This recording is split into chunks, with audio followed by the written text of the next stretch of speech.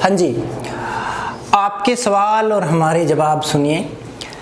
रीट की भर्ती के संबंध में आप लोगों के फोन मैसेज आ रहे हैं, सर रीट का पेपर कब होगा। पहली बात, पेपर कब होगा? पेपर होगा कि नहीं होगा पहले तो ये सुनो। पेपर 1 होगा कि 2 होगा? पिछले वाला सर्टिफिकेट चलेगा कि नहीं चलेगा? देखो बात ये है, मुझे ये लगता है, मैं सीधी सीधी बात है जो मेरे को लगती है वो बता रहा हूँ, और मैं हमेशा वो ही बताऊंगा जो मुझे फील होता है। लगभग मैं सही आइडिया लगा लेता हूँ, कृपा है मालिक की। रीट के 2 पेपर होंगे, क्लियर कट। पेपर 2 होंगे जी, आरटेट अलग होगा और रीट वाला 3rd ग्रेड वाला पेपर अलग होगा। अच्छा, अलग होगा तो राजस्थान जीके पढ़ना पड़ेगा क्या? जी पढ़ना पड़ेगा। अच्छा, पिछला प्रमाण पत्र चलेगा क्या? 2016 तक के कोई भी प्रमाण पत्र नहीं चलेंगे, 2018 वाला एक ही चलेगा, और उसकी भी 3 साल की वैलिडिटी है। 14 फरवरी को पेपर हुआ था 2018 वाला, याद है मुझे। 14 फरवरी 2021 के बाद यदि पेपर हुआ तो ये 2018 वाला प्रमाण पत्र भी आपका नहीं चलेगा। आ गई क्या बात समझ में? और मुझे नहीं लगता कि इससे पहले संभावना है। अगर दिसंबर में पेपर करवाते हैं तब ये 2018 वाला चलेगा, और दिसंबर में पेपर करवाने में भी ये सरकार हवाला दे सकती है कि ज्वाइनिंग वाले दिन आपके ये 3 साल पूरे नहीं होने चाहिए इस प्रमाण पत्र को। लेकिन ये हवाला नहीं दे सकती, क्योंकि कोर्ट में ये कहानी चली गई थी 2016 वाली भर्ती के संबंध में, और कोर्ट ने ये आदेश दिया है कि उनके साथ ज्वाइनिंग हुई है तो इनकी भी होनी चाहिए। तो 14 फरवरी से पहले 2021 में यदि पेपर हो जाता है तब तो रीट वाला प्रमाण पत्र 2018 वाला चलेगा। अगर 14 फरवरी के बाद होता है तो नहीं चलेगा। एक बात ये, पेपर 2 होंगे, सरकार इस मूड में लग रही है कि 2 पेपर होंगे।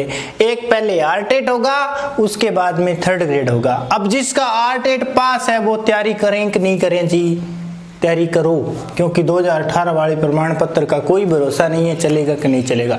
कल परसों अखबार में न्यूज आई है कि रीट का पेपर जल्दी ही होगा। हो सकता है 2 महीने में सरकार पेपर करवा दे, क्योंकि 3rd ग्रेड टीचर्स की जरूरत है। 2nd ग्रेड के प्रमोशन हो गए, वो 1st ग्रेड बन गए, और 3rd ग्रेड के प्रमोशन हो गए, वो 2nd ग्रेड बन गए। इसलिए 3rd ग्रेड के टीचर्स की जरूरत है, भले ही पीछे भर्ती हुई हो। अच्छा जी, पेपर कब होगा? अगर अब पेपर हुआ तो इन 2 महीने में हो जाएगा, और अगर अब नहीं हुआ तो फिर इस तारीख के बाद होएगा। अच्छा, रीट का एक सिस्टम है, रीट में 150 प्रश्न आते हैं। कितने? 150 प्रश्न आते हैं। इन 150 प्रश्न को यदि आप बड़े ही ध्यान से और गौर से देखें तो 30 प्रश्न तो सीधे सीधे साइकोलॉजी के आते हैं, 30 प्रश्न आपकी फर्स्ट लैंग्वेज जैसे हिंदी मान लो, लगभग 30 प्रश्न आपकी सेकंड लैंग्वेज जैसे इंग्लिश हो गई, संस्कृत हो गई, कई लोग पंजाबी भी लेते हैं, गुजराती उर्दू भी लेते हैं, ये सेकंड लैंग्वेज के हो गए। और 60 प्रश्न जो है आपके सब्जेक्ट से रिलेटिव आते हैं, और ये रेशो किसी भी हालत में चेंज नहीं किया जा सकता। आरटीआई 2005 का रूल था, और आरटीआई 2009 में भी इसको सेम रखा गया है। आरटीआई का नया रूल बना है, उसमें भी इस शेड्यूल को चेंज नहीं किया जा सकता। अगर गवर्नमेंट एक पेपर लेना चाहती है तो ये सिलेबस देना पड़ेगा गवर्नमेंट को, और 2 पेपर करवाती है तो पहले पेपर में ये सिलेबस, दूसरे पेपर में जैसी गवर्नमेंट की मर्जी। और मेरे को ये लगता है कि 2 पेपर होंगे, पहले में ये रहेगा, दूसरे में राजस्थान जी के ये वो करके ऐसे करेंगे। अच्छा, 60 प्रश्न आपके सब्जेक्ट के, यदि आपके पास साइंस मैथ है तो 30 साइंस के, 30 मैथ के, यदि आपके पास आर्ट्स है तो आप लोगों के वो सामाजिक विज्ञान के प्रश्न जो है वो आने हैं। अच्छा, इन साइकोलॉजी में 30% साइको के प्योर है ना, इस हिंदी वाले में आपका सिस्टम क्या रहेगा, 15% तो हिंदी की ग्रामर के होंगे, जैसे कोई भी लैंग्वेज है उसकी ग्रामर होगी, और 15% जो है वो ग्रामर ग्रूमर नहीं होगी, पेडागोगी जो बोलते हैं उसके प्रश्न होंगे। यानी हिंदी को कैसे पढ़ाना चाहिए, बच्चों को हिंदी कैसे समझ में आएगी, और ये एक तरीके की साइकोलॉजी होती है। रियल में अगर आप साइकोलॉजी को ढंग से पढ़ लेते हो तो ये 15% इसके साथ साथ क्लियर होंगे। अच्छा, सेकंड लैंग्वेज में भी यही सिस्टम है, 15 तो ग्रामर के, 15 वो पेडागोगी के। ये 30 प्रश्न आप इधर जोड़ दो साइको में, 60 हो लिए ना। इधर भी 10-10% दोनों सब्जेक्ट के, यानी साइंस के 10 और मैथ के 10। यदि आर्ट है तो सीधे ही 20। फिर पेडागोगी के आने, यानी जिसमें साइंस के कैसे पढ़ाया जाता है, मैथ कैसे पढ़ाई जाती है, सामाजिक विज्ञान के शिक्षण कैसे होते हैं, इसमें शिक्षण विधियां आती है, जैसे आगमन निगमन विधि, केस स्टडी विधि क्या होती है, ये सारी विधियां साइकोलॉजी में पढ़ाई जाती है। यानी मेन बात अगर आप मानो तो साइकोलॉजी 30 + 15 + 15 + 10 + 10 इतने नंबर की है। 150 में से जोड़ लो कितने हैं, 30 और 30 60, 70 और 80, 150 में से 80 नंबर की साइकोलॉजी है।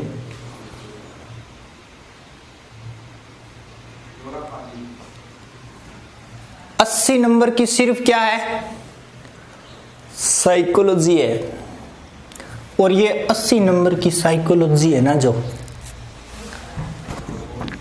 100 घंटे में करवा दूंगा। और इन पे तो बहुत ही तकड़ी पकड़ है मेरी। 100 घंटे में ये साइकोलॉजी आपको मैं सारी करवा दूंगा। एक बात और, आप YouTube पे सारे चैनल सर्च कर लेना, साइकोलॉजी पढ़ा रखी होगी, लेकिन साइकोलॉजी के सारे टॉपिक नहीं पढ़ा रखे उसने। एक नंबर बात। अच्छा, इस तरीके से पढ़ा रहे हैं लोग कि उनको खुद को ही समझ में नहीं आ रहा कि पढ़ा क्या रहे हैं। साइकोलॉजी को ऐसे नहीं पढ़ाया जाता। दूसरी बात, साइकोलॉजी में परिभाषा होती है बहुत सारी। परिभाषा मैं एक बार बोर्ड पे लिख दूं या स्मार्ट बोर्ड हो तो वो निकाल के पढ़ के बता दूं कि ये इसने कहा था, नहीं याद रहेगा। उसके लिए पेज बनाना पड़ेगा, उसके लिए आपको सोचना पड़ेगा, एक ऐसा व्यू आपके दिमाग में सेट करना पड़ेगा कि वो परिभाषा आपको याद रह जाए, वो परिभाषा आपको याद रह जाए।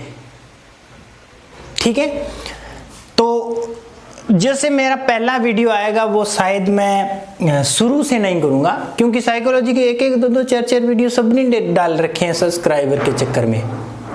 तो वो आत्मा का विज्ञान है और वो आपको हर चैनल पे पढ़ने को मिल जाएगा। मैं जो असली टॉपिक है जिसको लोग कराते नहीं, इसलिए कि मैंने अगर इस टॉपिक का पहले डेमो डाल दिया तो बच्चे नेगलेक्ट हो जाएंगे, क्योंकि ये टॉपिक समझ में नहीं आएगा। वो टॉपिक करवाऊंगा। आप कमेंट करके बता देना कि ये वाला टॉपिक पहले स्टार्ट करना है, वही करूंगा। वैसे बुद्धि, अधिगम, व्यक्तित्व, ये साइकोलॉजी के ऐसे टॉपिक है जो स्टार्टिंग में कोई डालता ही नहीं है। ठीक है, क्रियात्मक अनुसंधान 4 लाइन में खत्म कर देते हैं। और क्रियात्मक अनुसंधान ऐसा टॉपिक है जिसके 3% हर साइकोलॉजी पेपर में आए हुए हैं। अब 3% हर पेपर में आए हुए हैं, उस टॉपिक को आप 4 लाइन में खत्म कर रहे हो तो भाई उसमें से नहीं आएगा, स्वाभाविक सी बात है। तो क्रियात्मक अनुसंधान है, उपचारात्मक शिक्षण है, ठीक है, और विशेष प्रकृति के बालक हैं। ये ऐसे टॉपिक हैं जिनको बहुत ज्यादा डिटेल में पढ़ने की आवश्यकता है। ठीक है, एक और, मार्केट में साइकोलॉजी की बहुत सारी किताबें आ रखी है, और ठाट वाली बात यह है कि अलग अलग किताबों में अलग अलग कोटेशन दी हुई है। एक किताब में ये कह रहा है वाटसन ने ये कहा था, दूसरी में ये कह रहा है ये कहा था, तीसरी पढ़े तो और ही परिभाषा मिलती है। और वाटसन की खुद की किताब है, उसमें भी 3 जगह उसने अलग अलग परिभाषा दी है। तो साइकोलॉजी का ये झंझट है ना, इसको एकदम क्लियर करना है दिमाग से।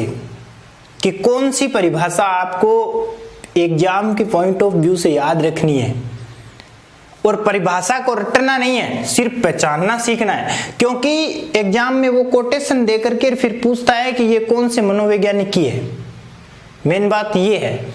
तो इस चीज को आप बड़े ही ढंग से समझ पाओगे।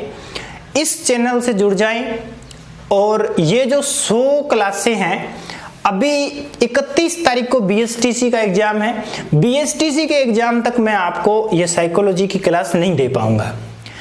1 तारीख से यानी 1 सितंबर से ये क्लासें मैं शुरू करूंगा, और मुझे उम्मीद है कि 2-2 घंटे की क्लासें अगर दूं तो 50 एक दिन में समेट दूंगा। ठीक है, 2-2.25 घंटे की लगातार क्लास रखेंगे।